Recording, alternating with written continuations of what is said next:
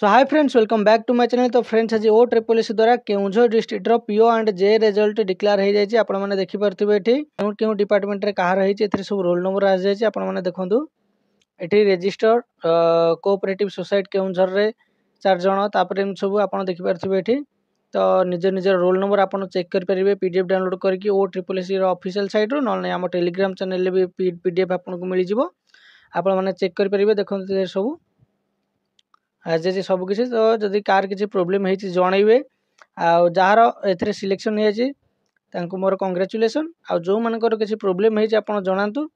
ता सहित आउ गोटे कथा आपको कही रखुचे जो आप कहते कि जो कॉल आस ओ ट्रिपल एस साइट्रु विड्रो उपर नहीं तो तापर आमर गोटा एवं भिड आसीज काली सकाଳେ तो सेटा देखीदे आपंकर से सब डाउट क्लीयर हो।